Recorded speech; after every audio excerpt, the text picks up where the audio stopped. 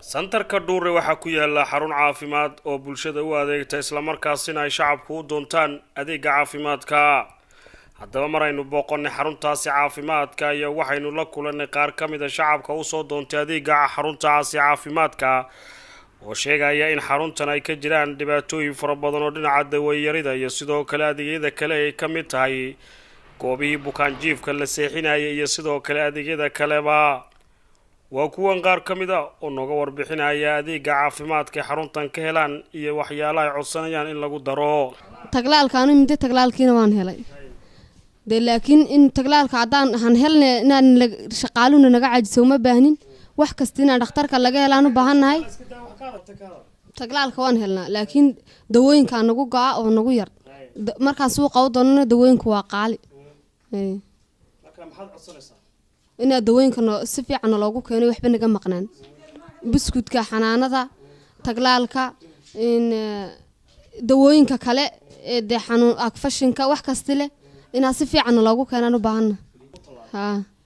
marka waxyaalahaas leedahay in lagu daro dhakhtarka waxaa kamid ah nafaqa daranta xanaanada oo kale marka maanta qaadid khamiista oo kale ma helay sida uu go'aya degdeg laguma keenayo gaadhiwaa baa dhici kara deena si fiican loogu keeno loogu xidhiidhiyo si noogu joogjoogsan yaan baahan sariirahana inaan loo soo biiriyo hooyooyin ku dhalayaan sariiro badan dhaawac baa dhici kara in sariirooyin kastiba loo soo badiyo ayaan u baahana macal furaa.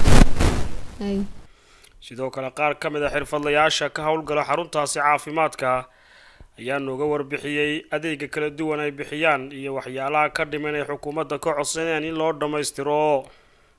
bismillahi raxmaani raxiim magacaygu maxamed cabdi aadan oo ka mid ah xirfadlayaasha caafimaadka ee ka shaqeeya xarunta caafimaadka ee qabalaha dhuure.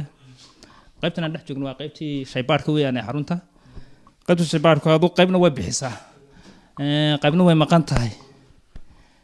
qalab waxa noo yaala waxa weeyaan waa microscope-kan iyo centrifuge-ka marka dambe yaala iyo raajintada yaroo u badan qaybtii covid-19-ka aan ku baaraynay. wax kale oo qalab nooma yaalo inta badan raajintadu way naga maqan yihiin. AFB-gi wuu maqan yahay qaybta TB-da lagu baarayay. xataa nooma yaalo ECG-gii hooyada dhallaanka lagu baarayay. qaybaha raajintada inta fluid-ka oo dhan way naga maqan yihiin xabad nooma yaalo. aduu hemoglobin-tii ma taalo dhiigga lagu baarayay. qaybo badan oo loogu talagalay hooyada iyo dhallaanka. qaybtii stoolka lagu baarayay. qaybtii urine wax available noo ah waxaa jira waa microscope-ka weeyaan iyo centrifuge-ka oo urine ku baarno. sidaa awgeed qaybta laabku waxaa intiisa badan ma shaqeysa 65% nooma shaqeeyo 30% ayuu shaqeeyaa qaybta laabku qaybta shaybaarku. marka waxaan codsanaynaa in qaybtan laga soo qalabeeyo. in badanna waan ka hadalnay muddo 5 sano ayaan ka soo hadlaynay aan dalbanayno in nala soo buuxiyo qaybtan laabku uu shaqeeyo. xaruntana health boss waxa ma dhaanta hadduna laboratory-gu una shaqeynin waxa lagu shaqeynaa waa shaybaar weeyaan. shacabkuna bulshadana waa baaritaan ma heshay ayaa la isgaarsiinayaa ma lagu baaray haddii qofkii la baaro 80% waxaad u qabatay weeyaan laakiin haddaad baari dad kinin af ka geliso oo clinical ku baadho waxa uu maad qaban adigu baa shaqaystay mooyaan isaga waxa uu maad qabanin.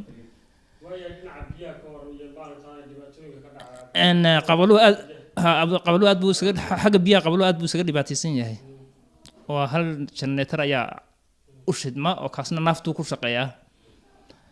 maadaama naafta ku shaqeynayaan leed ayna ku shaqeynayaan biyuhu way dhib badan yihiin. xaruntuna waxay ku shaqeysaa waa biyo weeyaan biyo la'aan qaybta nadaafadii baa kamid ah qaybta hooyada dhallaanka lagaga dhalinayay.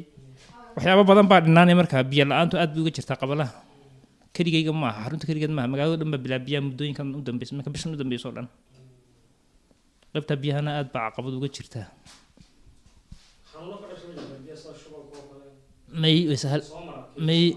may way sahlan tahay kiisaskaas aad bay u sahlan yihiin.